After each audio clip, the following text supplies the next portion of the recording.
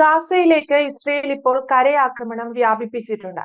ഒപ്പം പലസ്തീൻ അല്ലെങ്കിൽ ഗാസയെ സംരക്ഷിക്കുക എന്ന ആഹ്വാനവുമായി ഇറാനും മറ്റ് അറബ് രാഷ്ട്രങ്ങളും ഒക്കെ ഇപ്പോൾ സജീവമായി രംഗത്തുമുണ്ട്. പക്ഷേ ഖത്തറിനേറ്റ ഒരു തിരിച്ചടി, ഖത്തറിന് നേരെയുണ്ടായ ദോഹയിലെ ആക്രമണത്തിന് ശേഷം നടന്ന GCC ഉച്ചകോടി, ആ ഉച്ചകോടിയിൽ ഇറാൻ ഉൾപ്പെടെ ആവശ്യപ്പെട്ട അറബ് നാറ്റോ അല്ലെങ്കിൽ ഇസ്ലാമിക നാറ്റോ അത് എത്രത്തോളം വിജയം കാണാനുള്ള ഒരു സാധ്യതയുണ്ട് എന്നതിനെ ചുറ്റിപ്പറ്റിയുള്ള ചർച്ചകൾ സജീവമാവുകയാണ്. ഇന്നും ഇന്നലെയും ഒക്കെ ആയിട്ട് നമ്മളും ഈ വിഷയം തന്നെ പലതവണ പല ആവർത്തി ചർച്ച ചെയ്തിട്ടുമുണ്ട്. പക്ഷേ യഥാർത്ഥത്തിൽ ഗാസയിൽ ഇനി അവസാനം എന്താ പറയാ, നമ്മൾ പറയില്ലേ അവസാന മിനുക്കുപണികൾ എന്നൊക്കെ, ആ രീതിയിലാണ് ഇസ്രയേൽ മുന്നേറുന്നത് എന്ന് തോന്നുന്നു. കാരണം ഒരു യുദ്ധത്തിന്റെ ഏറ്റവും ഒടുവിലത്തെ കരയാക്രമണം എന്ന നിലയിലേക്കുള്ള ഒരു പ്രോട്ടോകോൾ അതുവരെ ഇസ്രയേൽ ഇതാ പാലിച്ചുകൊണ്ടിരിക്കുകയാണ്, ഇടിച്ചു നിരത്തിക്കൊണ്ടിരിക്കുകയാണ് ഗാസ എന്നാണ് അൽ ജസീറയിൽ നിന്നും വാമിൽ നിന്നും ഉൾപ്പെടെ പുറത്തു വരുന്ന ഒരു റിപ്പോർട്ട് എന്ന് പറയുന്നത്. നിലവിലെ ഗാസയിലെ സ്ഥിതി എന്താണ്? അതാണ് ആദ്യത്തെ ഒരു ചോദ്യം. രണ്ടാമത്തെ ചോദ്യം, GCC രാജ്യങ്ങളുടെ നടന്ന ഇസ്ലാമിക ഉച്ചകോടി, GCC ഉച്ചകോടി അത് എത്രത്തോളം വിജയം കണ്ടു? മൂന്നാമത്തെ ഒരു ചോദ്യം രാജഗോപാൽ സാർ, അറബ് നാറ്റോ ഇത് വിജയം കാണാനുള്ള ഒരു സാധ്യതയുണ്ടോ? മൂന്ന് ചോദ്യങ്ങളും ഒപ്പം മിഡിൽ ഈസ്റ്റിന്റെ നിലവിലെ പ്രതിസന്ധിയും സാഹചര്യവും. നീതുവിന്റെ ആദ്യത്തെ ചോദ്യത്തിന് ഉത്തരം പറയുമ്പോൾ തന്നെ മനസ്സിലാകും ഈ രണ്ടും മൂന്നും ചോദ്യങ്ങൾക്ക് തന്നെ പ്രസക്തി ഇല്ലാതെ പോവുകയാണ്. അത് അങ്ങനെയാണ് കാര്യങ്ങൾ തെളിയിച്ചുകൊണ്ടിരിക്കുന്നത്. നമ്മൾ പറയത്തില്ലേ, നമ്മള് മലയാളത്തിൽ പണ്ട് ചൊല്ലുണ്ട്, ഈ ചത്ത കൊച്ചിന്റെ ജാതകം നോക്കിയിട്ട് കാര്യമില്ലെന്ന്, അല്ലേ? അത് എത്ര വലിയ കേമനാണെന്നൊന്നും നമ്മൾ പറഞ്ഞിട്ട് കാര്യമില്ല. കുഞ്ഞ് മരിച്ചു ഇരിക്കുന്നു, കുഞ്ഞ് മരിച്ചു കഴിഞ്ഞിട്ട് പിന്നെ അതിന്റെ ജാതകം നോക്കിയിട്ട് എന്താ ഇദ്ദേഹം ലോകരാജാവുമെന്നോ അല്ലെങ്കിൽ ഇന്ത്യൻ പ്രധാനമന്ത്രി ആവുമെന്നും പറഞ്ഞിട്ട് കാര്യമില്ല. ഇവിടെ ഇപ്പൊ അതാണ് സംഭവിച്ചിരിക്കുന്നത്. ഇത് ഗാസയെ സംബന്ധിച്ചിടത്തോളം ഗാസ നഗരം തീർന്നു. ആ നഗരം എന്നുള്ള കാര്യമേ തീർന്നു. നമ്മൾ പറയത്തില്ല ഈ ഉത്സവ പറമ്പുകളിലൊക്കെ, പ്രത്യേകിച്ച് തൃശ്ശൂരൊക്കെ അതാണ്, നല്ല വെടിക്കെട്ട് നടക്കുമ്പോൾ ലാത്തിരി കത്തിക്കുക എന്ന് പറയും. ലാത്തിരി കത്തിക്കുന്നത് അതിന്റെ അവസാനമാണ്. അതായത് പടക്കങ്ങളും നമ്മൾ മാലപ്പടക്കത്തിലാണ് തുടങ്ങുന്നത്. വെടിക്കെട്ട് ഒക്കെ തുടങ്ങുന്നത് മാലപ്പടക്കത്തെ തുടങ്ങിയിട്ട് അവസാനം ഗുണ്ട് വലിയ ഉഗ്രശേഷിയുള്ള സ്ഫോടനമുള്ള ഗുണ്ടുകൾ വരെ പൊട്ടിക്കുക. അതിനെ അവരുടെ ഭാഷയിൽ ഗർഭം കലക്കുക എന്നൊക്കെ വിശേഷിപ്പിക്കുക. ഒരു അത്തരത്തിലുള്ള ഗുണ്ടുകൾ വരെ പൊട്ടിച്ചു കഴിഞ്ഞു.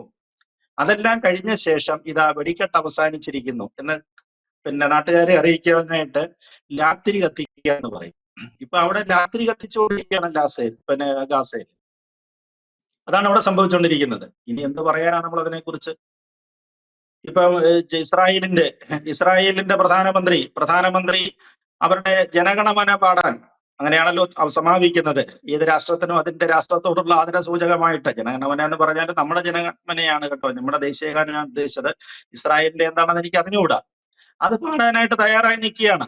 അതിന് കയ്യും കെട്ടി പ്രാർത്ഥിച്ച് നിൽക്കുകയാണെന്നാണ്, അങ്ങനെയാണ് ലോകങ്ങൾ വിലയിരുത്തുന്നത്. ഗാസ എന്നൊരു നഗരം ഇല്ല, ഗാസ ഇല്ല, തീർന്നു, വിഷയം തന്നെ തീർന്നു. ഇനി അദ്ദേഹത്തിന് ചില കൊച്ചു കൊച്ചു പണികൾ മാത്രമേ അവിടെ ബാക്കിയുള്ളൂ. അവിടെ പറഞ്ഞില്ലേ, കബന്ധങ്ങളെ കൊണ്ടാണ് 10,000 ആ നഗരത്തിൽ നിന്ന് ഓടി രക്ഷപ്പെടുന്നെന്നാണ് പറയുന്നത്. അതിശക്തമായ ബോംബിംഗ് ആണ്. കെട്ടിടങ്ങളെല്ലാം ഇടിച്ചു നിരത്തുകയാണ്. എല്ലാ കെട്ടിടങ്ങളും എയർഫോഴ്സിന്റെ എയർ സ്ട്രൈക്ക് വെച്ചിട്ട് എല്ലാ കെട്ടിടങ്ങളും ഇടിച്ചു നിരത്തുകയാണ്. അതിന്റെ അവശിഷ്ടങ്ങളിലൊക്കെ കുടുങ്ങിക്കിടക്കുകയാണ് ആയിരങ്ങൾ. നേരത്തെ തന്നെ മനുഷ്യകവചം സൃഷ്ടിച്ചൊക്കെ അവർ നോക്കി, ഒരുപാട് ഡിഫൻസിനെ നോക്കി, പക്ഷേ കാര്യമില്ല. ഈ യുദ്ധത്തിന്റെ ഒരു സമാപ്തിയിലേക്ക് കാര്യങ്ങൾ എത്തുകയാണ്. ഇപ്പൊ അവരൊരു വഴി തുറന്നു കൊടുത്തിട്ടുണ്ട്, ആ പടിഞ്ഞാറൻ തീരത്തോടെ ഒരു വഴി തുറന്നു കൊടുത്തിട്ടുണ്ട്. ആളുകളോട് പറയുന്നത്, വേണമെങ്കിൽ ആ വഴിയെ രക്ഷപ്പെട്ടുകൊള്ളുക, ആ ഒരൊറ്റ മാർഗമേ നിങ്ങൾക്കുള്ളൂ, ബാക്കി വഴികളിൽ എതിരെ വന്നു കഴിഞ്ഞാലും ഈ പറഞ്ഞ പോലെ മിസൈലോ ഷെല്ലോ ഒക്കെ വീഴുമെന്നാണ്. ആളുകൾ, അഭയാർത്ഥികൾ ഓടിക്കൊണ്ടിരിക്കുകയാണ് അവിടുന്ന്. കൈക്കുഞ്ഞുങ്ങളുമായിട്ട് എത്ര പേര് ഓടുന്നു. ഈ ഓട്ടത്തിനെല്ലാം അവർ പറയുന്നത് അവരുടെ ബന്ധുക്കളെയും മറ്റേ തലയില്ലാത്ത ഉടലുകളെയും ഒക്കെ ചവിട്ടിയാണ് അവർ ഓടിക്കൊണ്ടിരിക്കുന്നത്. അവസാനിച്ചു കഴിഞ്ഞു. യുദ്ധം ഏതാണ്ട് അവസാനിച്ചു കഴിഞ്ഞിരിക്കുകയാണ്. അതിന്റെ കൃത്യമായ സൂചനകളൊക്കെയാണ് പുറത്ത് വന്നുകൊണ്ടിരിക്കുന്നത്. ഇനിയിപ്പോ ഈ അവസാനത്തെ ഒരു ചെറിയ പ്രശ്നം ഇതിനകത്ത് ഞാൻ സൂചിപ്പിച്ചതിന്റെ കാര്യം അതാണ്. ഒരു അവസാന മിനുക്കുപണി എന്ന് പറഞ്ഞാൽ അത് ഈ അദ്ദേഹത്തിന് നെതന്യാഹുവിന് വേണ്ടതെന്ന് പറഞ്ഞാല്, ഇവരുടെ ഒരുപാട് ബന്ദികളുണ്ട്. ഇസ്രായേലിന്റെ ഒരുപാട് ബന്ദികളെ ഈ ഹമാസ് കയ്യിലാക്കി വെച്ചിട്ടുണ്ട്, അവർ പിടിച്ച് തടവിലാക്കിയിട്ടുണ്ട്. ആ പൗരന്മാരെ വിട്ടുകിട്ടണം. അവരെ സംബന്ധിച്ചിടത്തോളം ഏറ്റവും വലിയ പ്രശ്നം എന്ന് പറയാം. അല്ലാതെ ഇപ്പോഴും പെട്ടെന്ന് തന്നെ വേണമെങ്കിൽ ഇന്നൊരു മണിക്കൂർ കൊണ്ട് തന്നെ ഗസ അടിച്ചു നിരത്താൻ അവരെ കൊണ്ട് സാധിക്കും. പക്ഷെ ബന്ദികൾ ഇവിടെയാണ്. ബന്ദികളെ സുരക്ഷിതരായിട്ട് പുറത്തെത്തിക്കണം. അതാണല്ലോ, അല്ലെങ്കിൽ ഈ പറഞ്ഞ പോലെ നാട്ടിലേക്ക് ചെല്ലുമ്പോൾ മറ്റേ യുദ്ധം ജയിച്ചെന്ന് പറഞ്ഞിട്ട് കാര്യമില്ലല്ലോ അല്ലെ പറഞ്ഞ. അതുകൊണ്ട് ആ ഒരു ജനരോഷം അല്ലെങ്കിൽ ജനങ്ങളുടെ ഇടയിൽ ഒരു വലിയ ആവേശമായിട്ട് അദ്ദേഹത്തിന് പടരണമെന്നുണ്ടെങ്കിൽ ആ ബന്ദികളെ സുരക്ഷിതരായിട്ട് പുറത്തെടുക്കണം. അതിനുള്ള ശ്രമങ്ങളാണ് ഇപ്പൊ നടന്നുകൊണ്ടിരിക്കുന്നത്. അതുകൊണ്ടാണെന്ന് തോന്നുന്നു കുറച്ചൊക്കെ ഒന്ന് വെയിറ്റ് ചെയ്ത് കൊണ്ടുപോയിക്കൊണ്ടിരിക്കുകയാണ്. ഇനിയും ബന്ദികളെ പുറത്തേക്ക് കൊണ്ടുവരാൻ ശ്രമിക്കുന്നതിനിടയിൽ എന്തെങ്കിലും തരത്തിലുള്ള അഭ്യാസങ്ങൾക്ക് ഹമാസ് ശ്രമിച്ചാൽ ഈ പറഞ്ഞതുപോലെ മനുഷ്യ കവചമോ വല്ലതും തീർത്ത് കുഞ്ഞുങ്ങളെയോ ഗർഭിണികളെയോ സ്ത്രീകളെയോ കൊണ്ടൊന്ന് മുന്നിൽ നിർത്തിക്കൊണ്ട് കവചം തീർത്ത് കഴിഞ്ഞാൽ എന്ത് ചെയ്യുമെന്നുള്ളതിനെ കുറിച്ച് നെതന്യാഹു അല്ല പറയുന്നത്, അമേരിക്കൻ പ്രസിഡന്റ് പറഞ്ഞു കഴിഞ്ഞു. അപ്പൊ നമ്മള് പറയുകയാണെങ്കിൽ HMV നടപ്പാക്കി കഴിഞ്ഞു. HMV എന്ന് പറയുന്നത് പണ്ടിന്റെ ഗ്രാമഫോൺ റെക്കോർഡുകളുടെ ഒക്കെ പുറത്ത്, ആ റെക്കോർഡിന്റെ പുറത്ത് ഒരു നായ്ക്കുട്ടിയുടെ ഒരു ചിത്രം ഉണ്ടായിരുന്നു. ആ നായ്ക്കുട്ടി ഇങ്ങനെ ഈ ഗ്രാമഫോൺ റെക്കോർഡിൽ ഇങ്ങനെ കുത്തിയിരിക്കുന്ന ഒരു പടം ഉണ്ടായിരുന്നു. HMV എന്ന് പറഞ്ഞാൽ ഹിസ് മാസ്റ്റേഴ്സ് വോയിസ് എന്നാണ് അതിന്റെ അർത്ഥം. അങ്ങനെയാണ്, തന്റെ യജമാനന്റെ ശബ്ദം കേൾപ്പിക്കുന്നു എന്നായിരുന്നു അതിന്റെ അന്നത്തെ വിവക്ഷ വന്നിരുന്നത്. ഗ്രാമഫോൺ റെക്കോർഡൊന്നും ഇല്ലാത്തത് കൊണ്ട് പുതിയ തലമുറയ്ക്ക് ഒന്നും പരിചയമില്ലാത്ത ഒരു കാര്യമാണ്. എന്ന് പറഞ്ഞതുപോലെയാണ് ഇവിടെ ട്രംപ് എന്ന് പറയുന്ന തന്റെ യജമാൻ എന്തു പറഞ്ഞോ അത് കൃത്യമായിട്ട് നടപ്പാക്കി കൊടുത്തിരിക്കുന്നു. അതാണ് ഇവിടെ സംഭവിച്ചിരിക്കുന്നത്. ലോകം മുഴുവൻ നടപ്പാക്കി കൊടുക്കുന്ന ഈ കുഞ്ഞൻ രാജ്യം ലോകം മുഴുവൻ ഇസ്ലാമിക തീവ്രവാദ പ്രവർത്തനം അതായിരുന്നല്ലോ ട്രംപിന്റെ ലക്ഷ്യം. അത് തുടച്ചു നീക്കുക. അത് വേൾഡ് ട്രേഡ് സെന്റർ ആക്രമണം തൊട്ട് തുടങ്ങിയതാണ്. അപ്പൊ അതിനെ ചൂട് പിടിച്ചിട്ടാണ് ഹമാസ് കയറിയിട്ട് 2023 ഇസ്രായേലിനെ ആക്രമിച്ചത്. അതുകൊണ്ട് ഇസ്ലാമിക തീവ്രവാദികളെ ഞങ്ങൾ ഇനി ക്ഷമിക്കുകയില്ല, വെച്ച് പൊറിപ്പിക്കുകയില്ല എന്നുള്ളത് നയം തന്നെയായിരുന്നു. അതിന്റെ ഭാഗമായിട്ട് അമേരിക്ക ഒരു ടൂളായിട്ട് ഉപയോഗിച്ചതാണ്. അതിന്റെ കൃത്യമായ ഒരു ടൂളായിട്ട് തന്നെയാണ് ഇസ്രായേലിനെ ഉപയോഗിച്ചത്. അത് ചെയ്യാനുള്ള ജോലി വളരെ കൃത്യമായിട്ട് ചെയ്തു കൊടുക്കുകയും ചെയ്തു. അതാണ് നെതന്യാഹുവിന്റെ വിജയം. എന്തെല്ലാം ആരോപണങ്ങളും ഒരുപാട് ആരോപണങ്ങൾ അദ്ദേഹം നേരിടുന്നുണ്ട്. പക്ഷെ അതൊന്നും വലിയ കാര്യമാക്കുന്നില്ല. കാരണം ഈ ഒരു യുദ്ധവിജയത്തോടുകൂടി പുറത്തേക്ക് വരുന്ന നെതന്യാഹുവിനെ ഇസ്രായേല് 2 കൈയും നീട്ടി സ്വീകരിക്കും എന്നുള്ള കാര്യത്തിൽ യാതൊരു സംശയവുമില്ല. പിന്നെ യുദ്ധത്തിന്റെ ഗാസ ആക്രമണത്തെ കുറിച്ച് മുമ്പേ പറഞ്ഞില്ല. യുദ്ധത്തിന്റെ തന്ത്രം എന്ന് പറഞ്ഞു കഴിഞ്ഞാല് ഇപ്പൊ ഏത് യുദ്ധത്തിനും അങ്ങനെ തന്നെയാണ്. നമ്മുടെ ഓപ്പറേഷൻ സിന്ദൂരിലും എയർഫോഴ്സിനെയാണ്, വായുസേനയാണ് നമ്മൾ ആദ്യം ഉപയോഗിക്കുന്നത്. വായുസേന ഉപയോഗിച്ചിട്ടാണ് ആദ്യം യുദ്ധം ചെയ്യുന്നത്. എയർ സ്ട്രൈക്ക് ആണ് ഫസ്റ്റ് വരുന്നത്. അത് വന്നു കഴിഞ്ഞാല് ഈ പറയുന്ന പോലെ സർവനാശം വരുത്താൻ കഴിയും. ഇപ്പൊ വളരെ മാരക പ്രഹരശേഷിയുള്ളതാണ്. നമ്മൾ ഉപയോഗിച്ച ബ്രഹ്മോസ് കണ്ടില്ലേ? ബ്രഹ്മോസ് എന്ന് പറയുന്നത് കറാച്ചി അടക്കമുള്ള 5 നഗരങ്ങളെയും ചുട്ടുചാമ്പലാക്കി. ഇസ്രായേലിന്റെ അതേപോലെ തന്നെയാണ്. വളരെ കൃത്യതയോടുകൂടി അവർക്ക് ലക്ഷ്യത്തിലെത്താൻ കഴിയുന്ന മിസൈലുകളാണ് ഇസ്രായേലിന്റെ ഇരിക്കുന്നത്. അപ്പൊ അതുകൊണ്ട് വ്യോമാക്രമണം നടത്തിയാലുള്ള ഏറ്റവും വലിയ ഗുണമെന്ന് പറയുന്നത് ഈ കൊളാട്രൽ ഡാമേജ് ഉണ്ടാകത്തില്ല. അതായത് അടുത്ത് നിൽക്കുന്ന കെട്ടിടങ്ങൾക്കോ മറ്റു വസ്തുക്കൾക്കോ നാശം ഉണ്ടാകത്തില്ല. അതുകൊണ്ടാണ് യുദ്ധത്തിനെ സംബന്ധിച്ചുകൊണ്ട് വലിയ തിയറി ഇപ്പൊ വന്നിരിക്കുന്നത്. ആദ്യം വായുസേനയെ കൊണ്ട് ആക്രമിപ്പിക്കുക. അപ്പൊ നമ്മുടെ ഓപ്പറേഷൻ സിന്ദൂരിലെ നിരപരാധികളായ ഒരു പാകിസ്ഥാനിയും മരിച്ചിട്ടില്ലല്ലോ. അവിടുത്തെ വളരെ വിരളിലെണ്ണാവുന്ന മരണം മാത്രമേ അവിടെ സംഭവിച്ചിട്ടുള്ളൂ. അത് ഇതുകൊണ്ടാണ്, മിസൈലിന്റെ കൃത്യതയാണ്. അത് തന്നെയാണ്, ആ തന്ത്രം തന്നെയാണ് ഇപ്പൊ ഇസ്രായേൽ അവിടെ പരീക്ഷിച്ചുകൊണ്ടിരിക്കുന്നത്. അവർക്ക് വളരെ ആക്യുറസിയുള്ള ആക്യുറേറ്റ് ആയിട്ടുള്ള മിസൈലുകളാണ് അവർ ഉപയോഗിച്ചുകൊണ്ടിരിക്കുന്നത്. ഇതിന്റെ 2ാമത്തെ ഘട്ടമാണ്, അല്ലെങ്കിൽ അവസാന ഘട്ടം എന്ന് തന്നെ പറയാം, കരസേന കടക്കുക എന്ന് പറയുന്നത്. അപ്പൊ കരസേന കയറിയിട്ട് ഏതാണ്ട് ഈ പറഞ്ഞില്ലേ, ഏതാണ്ട് ഒരു ശ്മശാനം പോലെ മാറിയിരിക്കുകയാണ് ഇസ്രായേല്. ഇനിയിപ്പോ ഈ പറഞ്ഞല്ലോ അവിടുന്ന് ഈ ഒഴിഞ്ഞു മാറുന്ന ജനങ്ങളുടെ കാര്യത്തിലാണ് ആശങ്ക. അവരെ എങ്ങോട്ട് കൊണ്ടുപോകും കാര്യങ്ങൾ എന്നൊക്കെ ഉള്ള കാര്യത്തിലാണ് ഇപ്പൊ ഒരു ആശങ്ക നിലനിൽക്കുന്നത്. ഇതിനിടയിലാണ് ഈ അവസാന ഇതിന് തൊട്ട് മുമ്പാണ് ഖത്തറിനെ അവർ ആക്രമിച്ചത്. അത് വളരെ കൃത്യമായ ആക്രമണമായിരുന്നു. കാരണം ഖത്തറാണ് ഇവർക്ക് സംരക്ഷണം കൊടുക്കുന്നത്. ഇപ്പം ഹമാസ് തീവ്രവാദികൾക്കും അതിന്റെ നേതാക്കന്മാർക്കും ഒളിത്താവളം കൊടുക്കുന്നത് ഖത്തറാണ്. അത് ലോകമെല്ലാം അറിയുന്ന കാര്യമാണെങ്കിലും പലതവണ ഇസ്രായേൽ മുന്നറിയിപ്പ് കൊടുത്തതാണ്. ഇവർക്ക് ഈ ഒളിത്താവളങ്ങളും മറ്റു സൗകര്യങ്ങളും ചെയ്തു കൊടുക്കുക, ഇവർക്ക് ആവശ്യമായ സാമ്പത്തിക സഹായം, നല്ല സാമ്പത്തിക സഹായമാണല്ലോ ഇസ്രായേലിൽ നിന്ന് ഖത്തറിൽ നിന്ന് കിട്ടിക്കൊണ്ടിരുന്നത്. വളരെ സമ്പന്ന രാജ്യമായിരുന്നല്ലോ. അപ്പൊ അതെല്ലാം പലതരത്തിലുള്ള പാണികൾ കൊടുത്തിരുന്നു. പക്ഷേ ഖത്തർ അത് അനുസരിച്ചിരുന്നില്ല. ഒരു പക്ഷെങ്കിൽ ഒരു അമേരിക്കയുടെ ബലമായിരിക്കാം, അല്ലെങ്കിൽ അത്ര തെറ്റിദ്ധാരണയായിരിക്കാം. അമേരിക്കയുടെ എയർബേസ് ഇവിടെ കിടക്കുന്നുണ്ടല്ലോ, ഒന്നും ഭയപ്പെടേണ്ട എന്ന് കരുതിയിട്ടായിരിക്കാം. അത് തന്നെയാണ് കൃത്യമായ മറുപടി കൊടുത്തത്. അവരുടെ പിന്നെ അവിടെ കയറി അടിക്കുകയാണ് അല്ലേ? ഖത്തറിൽ കയറിയാണ് ബോംബ് ചെയ്തിരിക്കുന്നത്. അത് തന്നെ പല രാജ്യങ്ങള് നമ്മളെ പിന്നെ രാജ്യാന്തര ഭൂഖണ്ഡാന്തര മിസൈലുകൾ എന്നൊക്കെ പറയുന്നത് പോലെ എത്ര രാജ്യം കടന്നു വന്ന മിസൈലുകളാണ് അല്ലേ?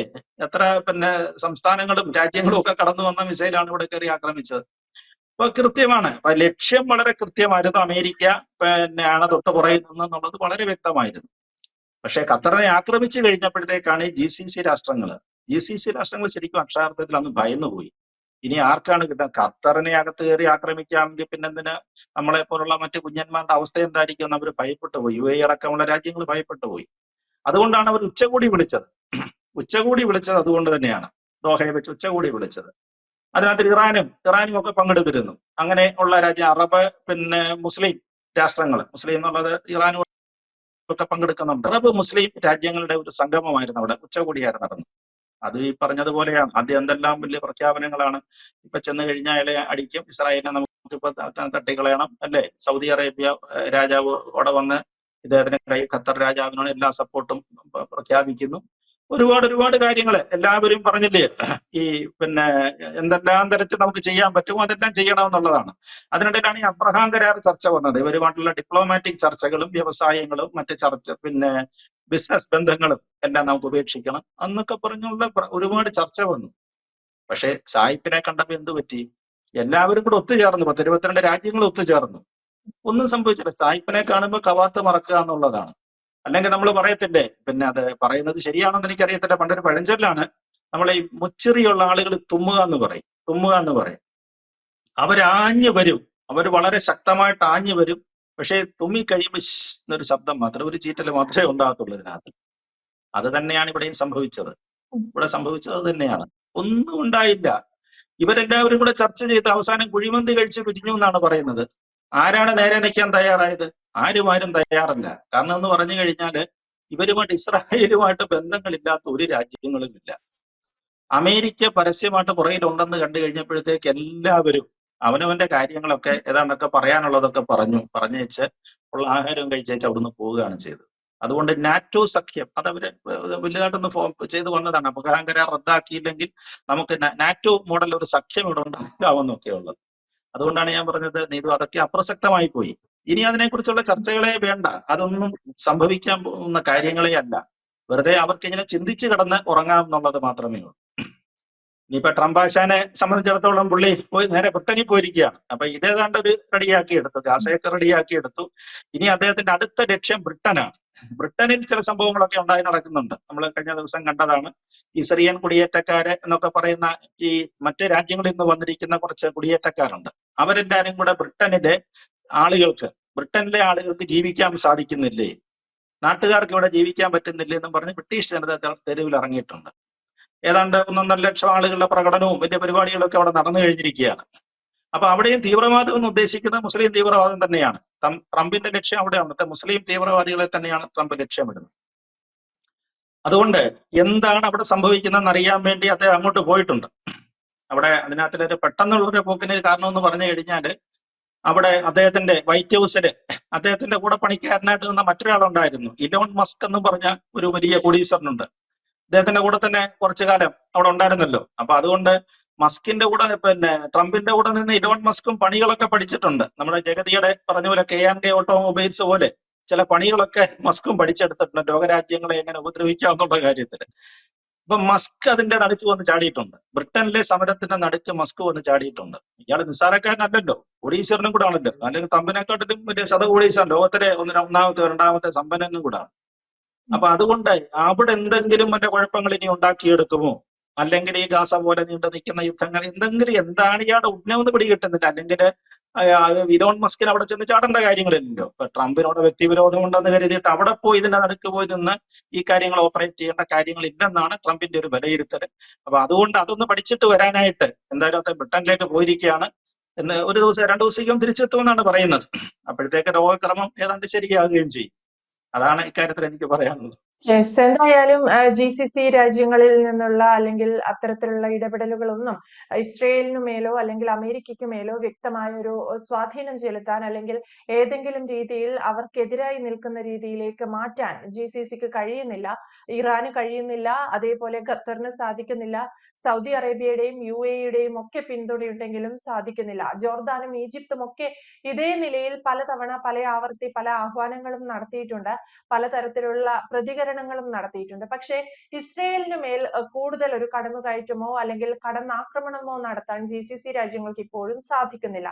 ഖത്തറിന് അല്ലെങ്കിൽ ദോഹയ്ക്ക് മേൽ ആക്രമണം നടത്തിയത് വഴി വലിയൊരു പാഠം കൂടി ഇസ്രയേൽ നൽകുന്നുണ്ട്. അതിന് GCC രാജ്യങ്ങൾ കണ്ടെത്തിയിരിക്കുന്ന ഒരു വഴി അല്ലെങ്കിൽ ഒരു മറുപടി എന്ന് പറയുന്നത് അറബ് നാറ്റോ ആണെങ്കിൽ അതും ഏതൊക്കെ രീതിയിൽ അത് വിജയം കാണുമെന്നതും ഒക്കെ വരും നാളുകളിലൊക്കെ അറിയേണ്ടതാണ്. എന്തായാലും GCC ഉച്ചകോടി പാളിപ്പോയിരിക്കുന്നു എന്നതാണ് ഈ ചർച്ചയിൽ നിന്നും ഏറ്റവും ഒടുവിൽ നമുക്ക് മനസ്സിലാക്കാൻ സാധിക്കുന്നത്. മാത്രമല്ല, ഗാസയുടെ സർവനാശം കണ്ടേ ഇസ്രയേൽ മടങ്ങൂ, കരയാക്രമണം നടത്തിക്കൊണ്ടിരിക്കുകയാണ്. രൂക്ഷമായ സാഹചര്യത്തിലൂടെ ഗാസ കടന്നു പോവുകയാണ്.